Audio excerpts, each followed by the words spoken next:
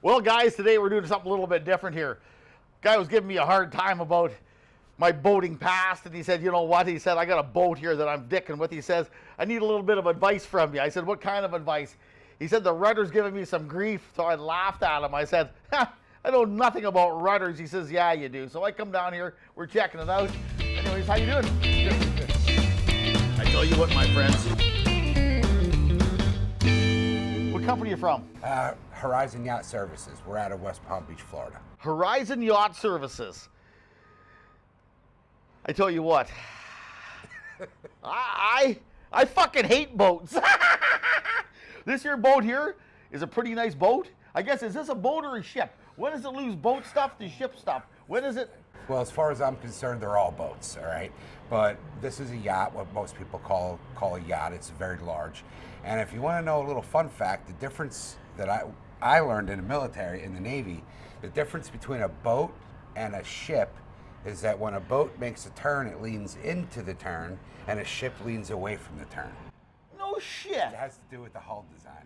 I don't know if that's true, but somebody could fact check that. That's very interesting. I just always thought it was the size of it all the time. Short and really short. Interesting.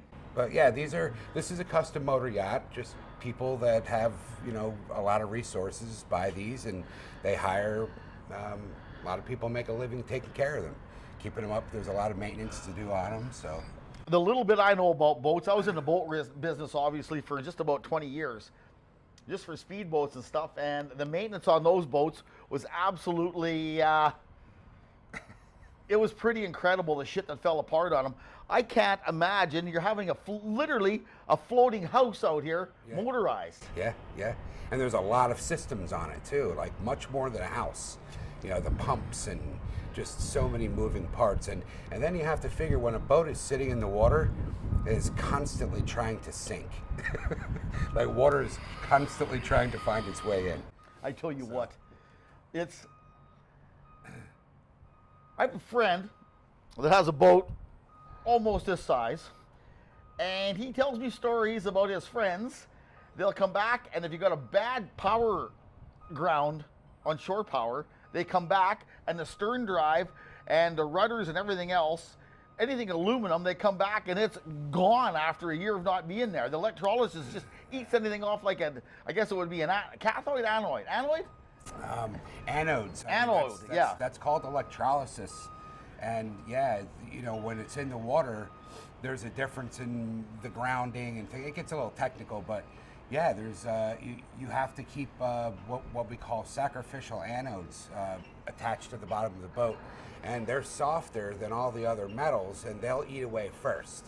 The electrolysis just goes there and it'll eat that. It just eats them first, yeah, before it starts to eat everything else. It's kind of like throwing a fat guy at a bunch of sharks. They'll eat the fat guy over the skinny little fuckers.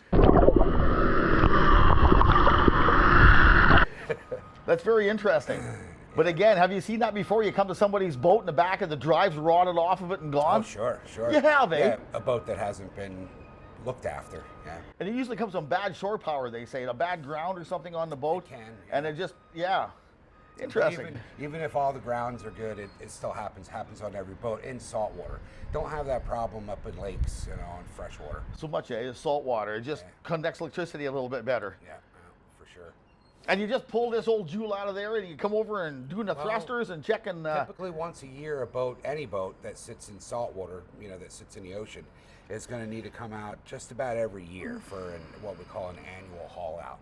And then, because it grows barnacles, marine growth gets inside. Well, it's protection for when you hit the rocks or something there for a cushion. And the boat will just have to come out of the water and be freshly painted. We call it bottom paint. Okay. Paint that barnacles won't grow on, and you clean the propellers and inspect everything. That's your time to do your annual maintenance, and then put the boat back in the water. And away you go. You don't hit very many rocks or sandbars with this shit, I wouldn't think, or do you? I don't. Tear up a prop, they do, eh? Oh, sure. You ever get one beached on an island somewhere on a bunch of rocks or what? All the time. About 6 or 7 too many wobbly pops. Who usually is captains this? The person that owns it, or they got a captains on here? Or? On a boat this size, is typically the owner is going to hire a full-time crew. This boat probably has 4 crew. Seriously? Full-time, a captain, a mate, a stewardess, and a chef, and they'll live on the boat full-time. There's crew quarters in the back, and then all your guest areas are up front. And yeah, this is a full-time job for 2 people. No shit. Oh, even if it's just sitting at the dock, it's a full-time job. Keeping it clean, you have to start engines up every week at the very least. But if you're using it, you'll need more crew than that. So if I want some bigger boat, I need some more. Subscribe, you guys. Subscribe. For Christ's sake, subscribe. We're getting the viewers. We're getting those subscriptions. Push the button with your fat little finger. Ugh. You know what you could do too? Just send the message out to your fans. If anybody's got a boat out there and they have some questions, they want some advice on how to maintain it. Okay. We've been at it for 30 years. Not a problem. And again, can name of the company is? Horizon Yacht Services. Horizon. Phone them up, ask them a question. Right. Why won't my boat run? Ask because it's out of fuel. Oh boy. But it's very interesting. It's an interesting part of the world that I tell you what. I can only imagine the grief on this big stuff. Electrical problems must be an absolute nightmare up here. Well, it can be, but you hire good electricians to come and sort it all out. And if you do the maintenance, doing maintenance always saves you money in the long run. I tell you what, as for anything. Okay, let's go on down here and let's take a look at some of the screws on this jewel. Let's see what pushes this jewel back through the water. Did you know on the Titanic that it took, I do believe, 20 draft horses to pull the prop? Oh, really? Yeah. I didn't know that. 20 draft horses is what it took to pull the propeller over there before they hung her on there. Anyways, come on, let's go take a look at the gander of this jewel. I tell you, the woodwork in here is absolutely, the veneers and how it's stretched around this stuff is absolutely 100% flawless. You must have some of the best people in the world at that. This is a Horizon yacht. They're built in Taiwan, believe it or not, but they are one of the best boat builders in the world. No shit, eh? Yeah. Like you look at the woodwork in here and it's hard to believe that it's actually real. It looks so good. Yeah, it probably has 30 coats of varnish on it. All of this wood is real. It's all veneer. This boat obviously is in a shipyard period, so it's a little messy. All the cushions are put out because they belong outside. But of course you don't want them getting dirty in the shipyard, so everything comes inside. The owner's not, the guests aren't on board. So when this boat goes back in the water, all of this will be put away. The furniture will be uncovered, and this boat will be sitting waiting for the owner. I tell you what, it's quite something. And what's the beam on this boat? This boat's got a 20-foot beam, or 20.5 foot. And the length of it? Is 87. 87 feet. Yeah. It's just... So this would be the salon. All of the guest areas, we won't go up there because they have it closed off, but all the guest areas, there's 3 staterooms up there. Oh, no shit. This isn't all of it here? There's more to it? Oh, no. All the main staterooms are up there. And then the crew area is back here. We can go back here. Well, let's go take a look where the crew sleeps, and the engine room. The engine room. Yeah. Let's go take the mills on this thing. I'm looking forward to that. It's boy, oh boy, oh boy. There's a breaker for every occasion in there. Hey. Yeah. Okay, so this is the crew area. And as you can see, it's this particular boat. It's pretty nice, but you have 2 crew that can sleep there. Wow. Crew bathroom. This would be the captain's bunk. It's bigger down here than most boats on the lake where I'm at. The whole down here. And this is basically just the crew's another crew quarter. Wow. This is the the crew area. Like I said, everything's a mess because we're in a shipyard period, and so this is the time where you do your annual cleaning and maintenance on everything. That's actually quite a bit of room in there for the quarters down there. This is the smaller one. Captain's bunk is full size with its own bathroom. It's that's it's very, very I don't know what word I'm looking for. You look at it and you go, is that all there is to the boat when you go upstairs? And then when you come down here, it's all like a whole other world. I can't imagine what the front of it looks like. It's amazing. The front of it's amazing. I tell you what, guys, look what's up here.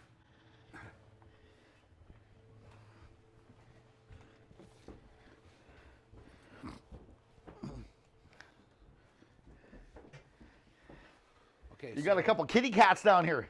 That's right. These are C32 Acerts, and these particular engines are tuned for about 1,950 horsepower each.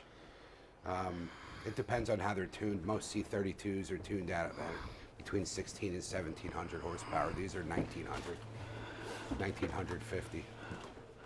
They pack a lot inside this engine room. Like we were talking about, these boats are just incredible, the amount of different systems that are on it. Well, I'll tell you what. Pumps. There is all kinds of shit floating around here. So you get the fire suppression is about the only thing I see. But it's very interesting. Like, when you talk about working on a boat, I think of a pleasure boat. And I was giving you a hard time about how hard it was, doing a starter on it. And I look at these boats here. I guess you do an end frame right here. If you do an end frame in them in here. Sure. Yep.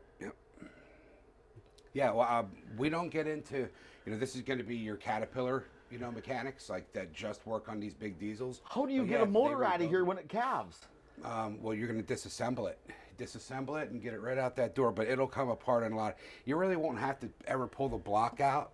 If the pistons have to be changed, they come out in cans. You just do an end frame right in it. That's right. If you need a new crankshaft, you pack it through the doorway. That's correct. And if you probably line bore it right in here.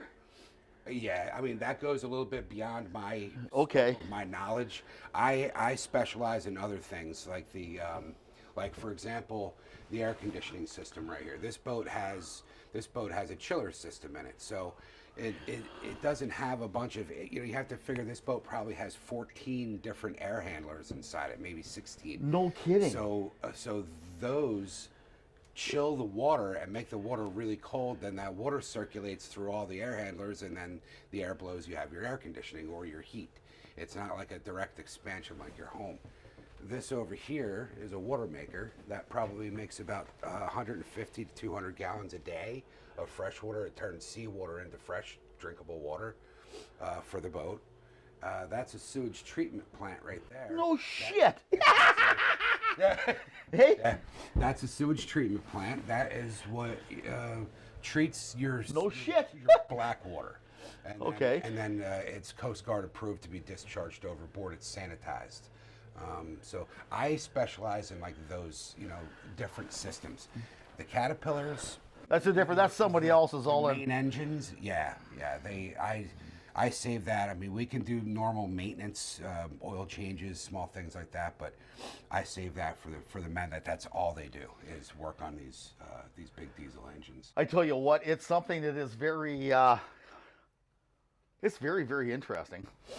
It's fun. It's been a good living. The simple quality of work down here is really something. Like all the tin around the installation of the exhaust and all that stuff is very... it's all stainless. It's just... all polished stainless. Here's something right here. You know how to use it. Rabba-dabba-dub! Scrub it in my tub. Oh my God. Is that part of the shit thing? No. Yeah, this is... That'll be something they use to clean down in these areas. Back in the day, back where I come from, we'd call this a rig wash brush. And when you were a Boy Scout starting out in the oil patch, or just about anything in the oil industry, your best friend was a brush and half a 5-gallon pail full of diesel fuel. And there you go clean stuff. Yeah. And sometimes you got to use actually detergent, but it was a brush and a 5-gallon pail of diesel fuel. And you go and you wash everything and make sure it's all clean. Down here, scrub and stuff. Yeah, back in the day, but they probably don't use diesel fuel anymore. I think they probably do in some areas. Yeah. Wow, that's all I can say. You're right. The different systems down here is just absolutely incredible. Yeah, there's a lot. Avery, any of these fit in your cars? Yeah, the motorway's more than the car. There's the come of the prop shafts down there, hey? Yep. That's very interesting. That's where the props are. There's your seals. Now, the through-hole fitting seal, is it a carbon fiber seal? Is it what is a seal made out of? Well, the seal's going to be made out of rubber. You know, obviously the rubber seal. You know, the rubber lip Does it seal. rub on two ceramic pieces or? Not these, but I know the style you're. Okay, that's what we just use on like a towboat or something like that. That's right. Yeah. Now, what would It's these? just different style. What kind of style are these? Are they use a packing or? No, there's no packing on these. These are what's called dripless. So they'll have water going to them to cool them, and then and they just have a rubber seal that seals it. Interesting. The packing you would want to. The old style that had the packing, you typically would let them drip. You would set that packing until they had a drip every couple of seconds. You need that water for cooling, to keep it cool when the shaft is turning. But these you don't need it because they have their own supply of water coming from the engine, and then it just flushes right out the back. Yeah, right down here is what we're talking about here. Down there, the packing. That's pretty. You know what? I just look at all the systems. You got a couple hydraulic systems. It looks like on it. Yeah, plenty. Somebody's had the pump shaft out of this. Looks like at some point in time in its life, judging by the bolts on there, they plucked her out. So this boat, and most new boats are what we consider dry bilge boats. Meaning that old boats back in the day, like it was normal for them to have water in the bilge. It was coming from somewhere, the air conditioning condensate, or it just naturally dripped or seeped in. Your shaft seals dripping. Wooden boats leaked water, a little bit. But this is a dry bilge boat, so if we lift up these floorboards and there's any water inside the bilges, there's an issue happening. There's a problem. We go find it. So typically these boats, you'll keep the bilges nice and clean, and that way if there's any oil or any dirt or any oil or any water, then to go seek the problem, go find the problem. How thick is the hull on this boat? Below the waterline is, I would say, probably, in different areas, but on average it's probably 1.5 inches thick. But now, in some areas it's much thicker, like where the stabilizers are mounted. It's going to be way thicker there. I see the stabilizers over here. If you go look around the corner, they're hydraulically operated, eh? Yeah, yep. Like right here. I see them right down here, the stabilizers, eh? Yeah, we just rebuilt those. We just did the seals. We had all that apart, and we could see the fins that they move, from outside. They stop the boat from rolling left to right when you're in an ocean. So you're not like this. Yeah. It'll give her the what for and yeah. Yeah. Okay. You'll still move up and down with the waves, but it won't. But it keeps it from rocking. Is that just the resistance in there itself when it goes to move? It holds them, or roll control? Yeah. Does it catch the water? Well, the fins will move and just fight it. It's all controlled by a gyro that operates. Interesting. A big gyro runs everything. Yeah. Runs the stabilizers. Some more wiring. Oh my God. These are your big engine room fans that bring fresh water into this. Fresh air into the engine room. These keep the heat moving. These are two that come in, and these two in the back go out. That keeps the engines full of fresh air and gets the heat out of here. I tell you, it's definitely it's a well orchestrated bunch of stuff all put together down here. I tell you, man. This is so the stabilizers get their hydraulic pressure. The stabilizers and the thrusters get their hydraulic pressure from these PTOs. Right here, I see there's a couple pumps here, hey? These are your transmissions. There's a pump right there, and there's a pump. There's two. There's actually three. We'll talk about the third. But the two pumps that are here, it's just in case you lose an engine or you're running on one engine, you still have enough hydraulic pressure to operate all the hydraulics on the boat. And what's that, a charge pump for the transmission? Must be. Yes. Yeah. Charge pump for the transmission, yeah. It's very interesting. And that's the heat exchanger for the transmission to keep it cool. I tell you what, there's another hydraulic pump there for steering probably. Yeah, that's your steering. The blue ones are steering. Again, they're redundant. In case you lose an engine, you still have power steering. Okay. Everything will operate on Everything's one redundant, engine. eh? Yeah. And then you have a third hydraulic pump, that big electric pump right there. That's for your tender upstairs? No, really what that's for is for your stabilizers, what we call zero speed. So if you're at anchor, you're not at a dock, you're at anchor, and you don't want the boat rolling, but you don't want to run the engines, you want to shut the engines down to go to sleep at night, that will run. and that'll control your stabilizers without the engines running. I just noticed something. You've got 2 different lighting plants in here, or generators, whatever you want to call them. Yeah, so this There's boat- one on each side, I see. Yeah, this boat's got 2 65 kW generators, and so the entire, again, it's redundant. The entire boat will run on just one. Well, 65 kilowatts, Yeah. that's a lot of power. That's a lot of Like your power. average house runs on probably maybe 10. Yeah. Yeah, these are both 65 kilowatt generators. Like, that's big. That's this boat, when you're hooked up to shore power, has 2 100 amp cords that get plugged in. It's a lot of power. There's a lot of moving parts. I tell you what, I'm good. I see that this is for my dear child. My dear child Chafin the other day was pissed off about the boot on the 6-liter that he was dicking with. So there's one over here I just spied out of my eye. Chafin, you're worried about $100 for that boot?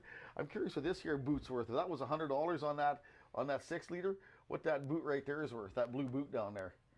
I tell you what is that? That's about It's the exhaust. probably about 14 inch. Yeah, that's 16 inch. 16-inch boot. I can guarantee you that one's over $100. The hose clamps on it are probably $100. That boot costs $1,000. No shit. Oh yeah. Each clamp is $100, maybe 120. So it's pretty close, I guess, the price of the clamp. Yeah. Well, you know what they say: never buy a boat. Have a friend that has a boat. I tell you what. I thought airplanes had lots of shit on them. There's nothing compared to a boat, I don't think. Airplanes got a lot too, but boats have a lot of systems. They're heavy. The heavier the boat, the better it runs in the water, the more stable it is.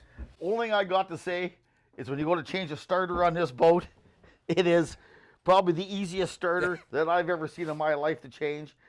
And the other thing that grasps my eye right off the beginning is, where are the batteries at? It has the largest cables of any boat starter or any starter that I've seen. Like, you got huge cables on that starter. So the batteries are for the main engines are right here. They're underneath here, and they are what we call 8D. How many 8Ds are there? There's 2 per engine. Well, I guess that's not bad. It's enough to. Yeah. That's just about 4,000 cranking amps. Pretty close, I would think. A lot, yeah. 4,000 cranking So amps. these are all 24 volt, Yeah. So they'll take 2 12-volt batteries. in put series. In yeah. series, yeah. Yeah. and Series, then, that's plus minus plus minus. but now the house batteries. So what we call this entire boat runs, all of the battery power for the boat, not the engines, not the generators. It has an inverter on, is what you're saying? Oh yeah, there's huge inverters on this boat. So you have what we call the house bank, and that is probably 8D batteries, 8 of them, 8 or 10. That's a lot of on this power. boat. That's a lot, yeah. And so you'll have some things that are powered by DC, like your electronics and so forth, and then a lot of other things will go through an inverter. Like all the lighting on this boat is AC, but it's getting its AC power through the DC bank, through the house bank. Well, it must have saved a lot of power when everything went to LED. It must have cut down a lot of usage of power. Huge. That was a huge, Huge. upgrade in the industry. It cut down on the heat and it cut down on power usage. Yeah. There's some interesting things that you just don't think about when it comes to this stuff. It's interesting. Like, I can't believe how much power this boat has. It's Yeah, everything is designed to run as efficiently as possible. All the pumps, even down to a small water pump, is 220 powered instead of 110, because it's half the amperage, so it draws much less amperage. It's one of the cameras. There's about 14 cameras on this boat. that's to make sure the crew isn't sleeping on the job. That and we'll have the engine room camera pointed at the engines, watching it while we're running. Make sure it's an early warning. If we see smoke on the camera or anything like that. Fire protection on here. Well, the whole boat has fire protection. Specifically, the engine room has a halon system in it, and if it senses heat, here's our alarm system, our thermostat right here. That'll tell us, if we get an alarm, and then if it gets hot enough, that bottle has a tiny little glass tube, and and it'll burst and blow that halon. No shit, eh? All the air flaps will shut immediately so that there's no fresh air coming Just in. give her the what for. Yeah. I tell you what. Now here, I see something down here. Your hydraulic oil. Is that food grade, or is that normal oil? I think that's normal oil. But You know what I'm saying, eh? I will tell you that the stabilizers, the units that are outside, they use a fish oil that's not as toxic to the ocean.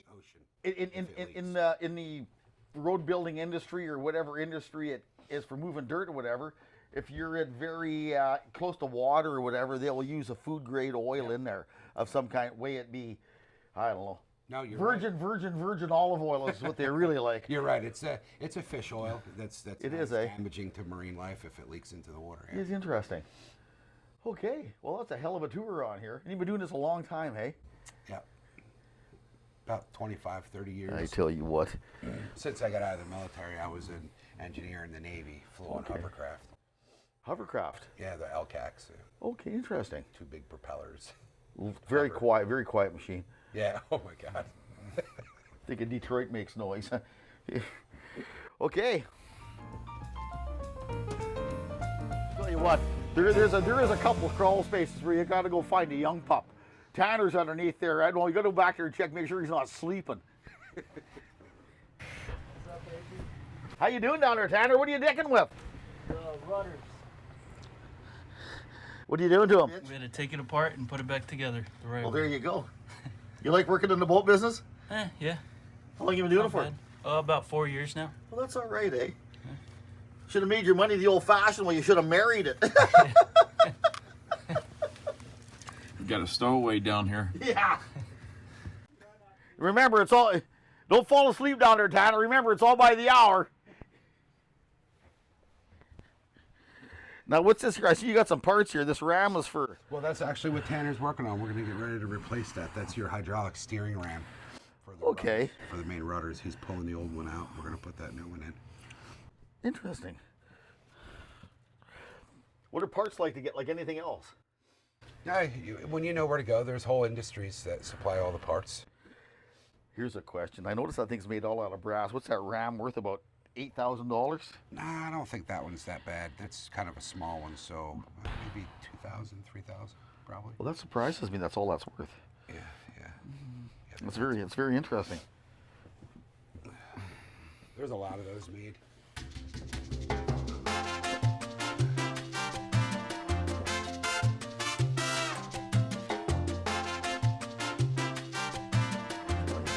Here's your aft deck area where you'll have guests and doing a lot of stuff. It is amazing. When you first get on here, you go, well, that's not very big. I thought it would be bigger. And then when you start moving around, it just kind of goes on forever. Like, it is amazing how much room is on here and how big this boat actually is. It's just, it's very, It's compact. It's There's a lot in a small space. It's very misleading how much stuff is in here. There's about 8 times more stuff in this boat than you think it is. Like, I can only imagine. You think you're there, you're just in the engine room. And when you're in the engine room, you figure, well, you're at the end of the boat, there's no more boat left. But that's just, like I say, probably about a quarter of the boat. There's that much, again, left in the front. I can't imagine what the estate rooms look like in this thing. Yeah. I tell you what. You want to see the anchors? I do. Here's our walk around. I keep thinking this boat's going to tip over all the time. Jesus, it's just, I tell you what, it's one of the hardest things there is to see it. I tell you what.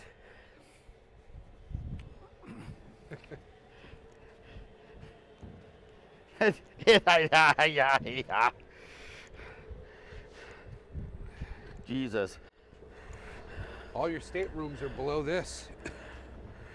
But here's a big pad to sun pad that you could play on. If you need to drop your anchors, here's your anchor chains. The anchors are outside, obviously we'll see those. You got some capstan winches, I see.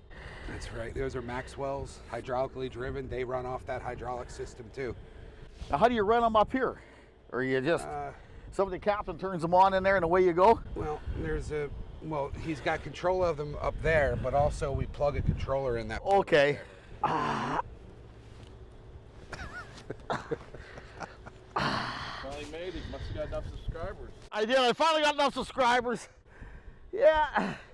I'm up here for a little while till Greenpeace comes around and tries pulling me back in the water.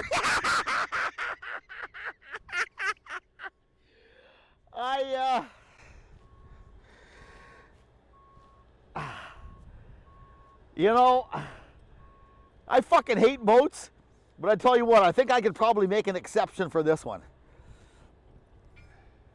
It is all the maintenance and stuff about this boat that I don't like. It's constant, like you say, it's constantly moving in the water. There's always something constantly wearing on it. Mother Nature is constantly beating this thing up. Any boat, any piece on the water, there's things living on it. The sunlight's trying to kill it. The water's coming around beating the ever-living bejesus out of it. It's fairly interesting. But I think I could live with this one. Remember, subscribe. Hit the mark. By the end of the week, I can maybe afford the chain. You can also operate the anchors from right there. Right here? The foot pedals, you lift those covers up. That one's for that one. Oh, look at that. So you just step on it. In and out. They're pneumatic, eh? Yeah. That's pretty fucking cool. Like, you know, this boat is big. You don't realize it? Take a look here. Look right up on the front here. Are you saying it's got a big deck? It's got a big deck, yeah. It's got a hell of a bow rider. Look at that. It's got it's got 6 drink holders. Got lots of sarsaparillas in there. It's like a 2-story apartment. I keep thinking this fucking, I tell you what, I can't get over, it really freaks me out, man. I can't get over the fact that this thing isn't going to tip over. I tell you what, it is. It won't. This thing is, I remember when I first got started as a young guy working on these things, working underneath it freaked me out a little bit, thinking that it was going to fall on me, but it won't fall. This boat weighs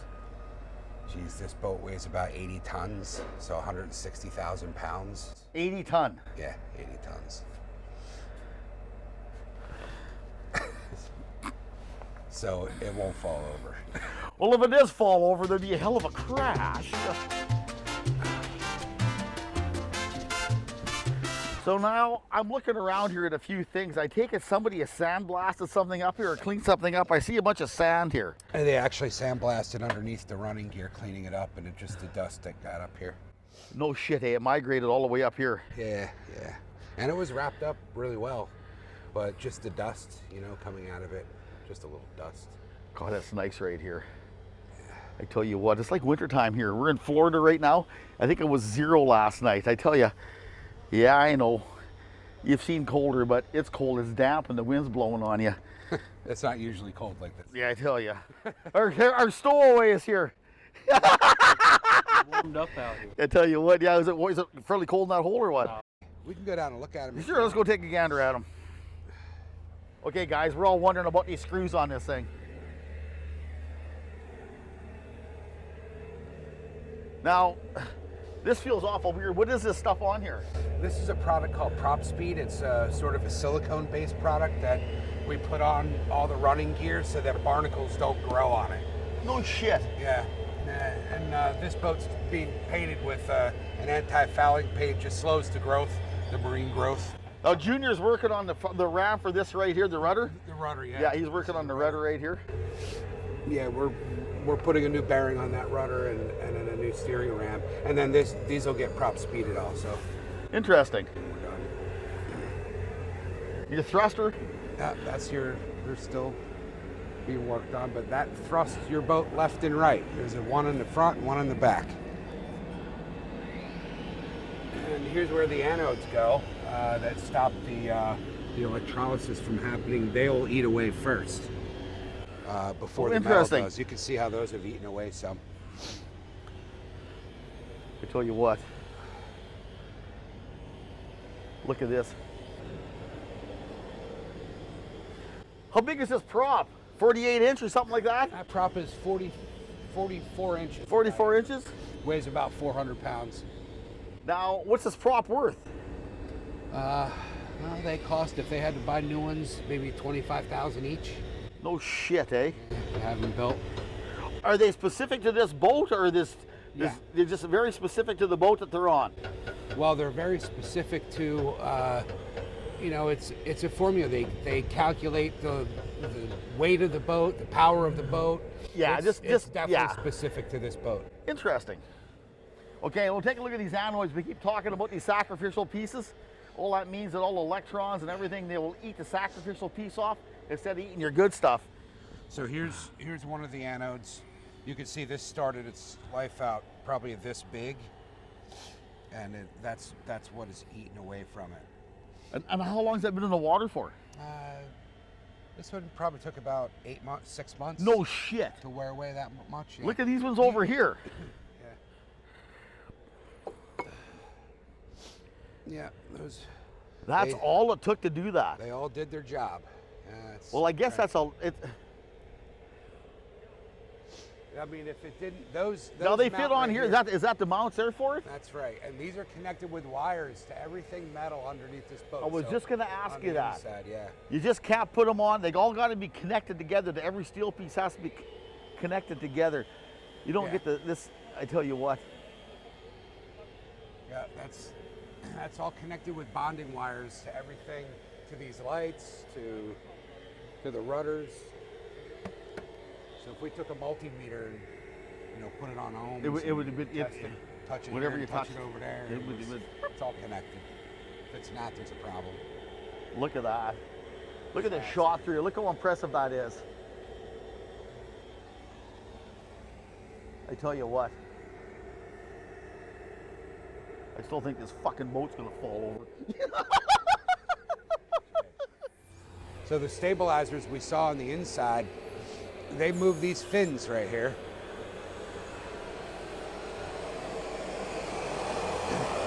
These fins, when the boat rocks, these fins will move like this on both sides and just stop the boat from rocking.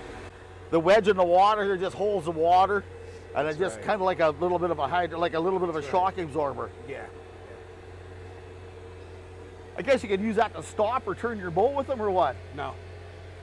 You No, they flat don't work boat? like that. No. They're controlled by that gyro. That as soon as the gyro senses that there's motion, you know, that it's not level, it'll immediately turn them and just keep the boat level. Yeah. Look at that cute little forklift. I want that. I tell you, it's impressive, eh? Yeah. Yeah. It's been a good living, you know. It's been a good living. Working on these things, keeping them up, you know, for the customer, for the owners. You know what's wild is we were about this far in that boat, eh? About right to here, about right to there in this boat, and you think that you're just about all you can see in this boat. You're that far, and you think you've seen all you can see, and you're, like I say, about a quarter way in the boat. There's still all that way to go. Yeah. Yeah. Like, Yeah. again, the size of this boat. The fucking thing just keeps getting bigger and bigger and bigger the more you look at it. Like bigger and bigger. And the neat thing about it is when you chuck it in the water, it'll go like this. There's always a. What's the fuel? This boat, when it's running, depends on how fast you want to go with it. But if you're moving about 18 knots with this boat, which would be like a max cruise speed for this, you're probably burning 75 gallons an hour on each side. No. So 150 gallons an hour. 75 gallons an hour? Yeah, at a fast cruise. You can get that down to about 30 gallons an hour if you slow it down and go about 12 knots, which is about, you know, each knot is 1.2 miles per hour. So how much an hour? I tell you what. We need more subscribers just for the fuel? Yeah, for sure. This boat carries 3,000 gallons of fuel. It holds 3,000 gallons, so that'll get you Well, you know, from here to New York, you'd have to fill up twice. So, I tell you what, it's here's a stupid question. How often do people get lost out at sea in their boats? These big ones, does it happen? doesn't happen on the big ones because of the electronics. If the electronics But I went out, think you'd be that- just screwed, I bet you, eh? I think anybody at the level that can drive this boat knows what he's doing. Hopefully. 6 whiskeys later, you end up in, well, you could end up in Cuba. If someone won the lottery, they can't go out and buy themselves one of these. Oh, they can. I tell you what, you need to win another lottery to service it and run it. You say this boat uses about 8 million, new it's about 12? Yeah, yeah. Yeah. And the Horizon, you say it's a very top of the line brand, hey? Very top of the line, yeah. Horizon Yachts. You know what I find very interesting? I find very interesting that the terms you use, I drive them, run them. Like you tell that to anybody that's got a boat or something, they come right on fucking glued. That's a ship. That's a fucking boat.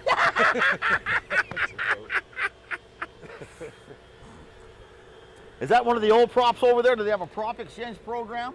No, they're going to use those for spares. That taper, you must have a big puller to put on there to pull that bitch off. Yeah. You must come off with a cuff, fuck, and bang when it comes off. If it was on there right, that's what, yeah.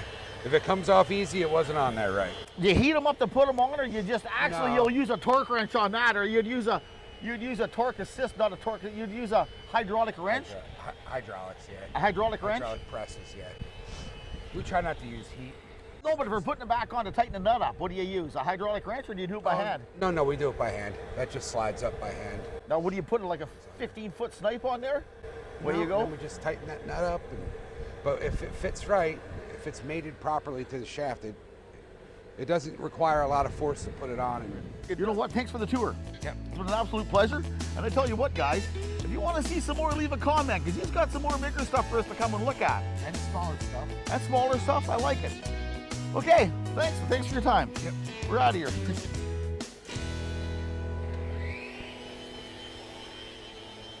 Hey man, how you doing? Good to see you, bro. I tell you what, Glad you made it. I tell you, I had to come over and see if you had as much junk in your yard as I do. I don't think so, but maybe half. It was rusted because it was sitting in Myrtle Beach for a long time. This monoleaf here is a way better. You don't get no sag out of it or delamination on it or anything like that. I actually have a mono on the front of my 71 Camaro Z28. Oh no shit, eh?